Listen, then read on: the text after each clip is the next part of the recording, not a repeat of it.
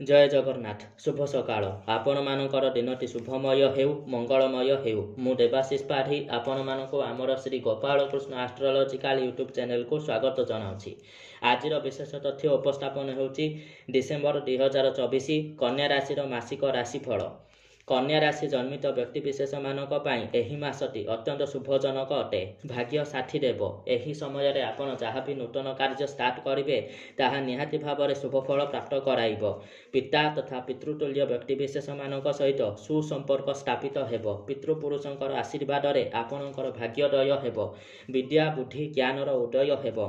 निजर ज्ञान एवं भगवत विश्वास जोगु आपण जनसमाज रे सम्मानित हेबे।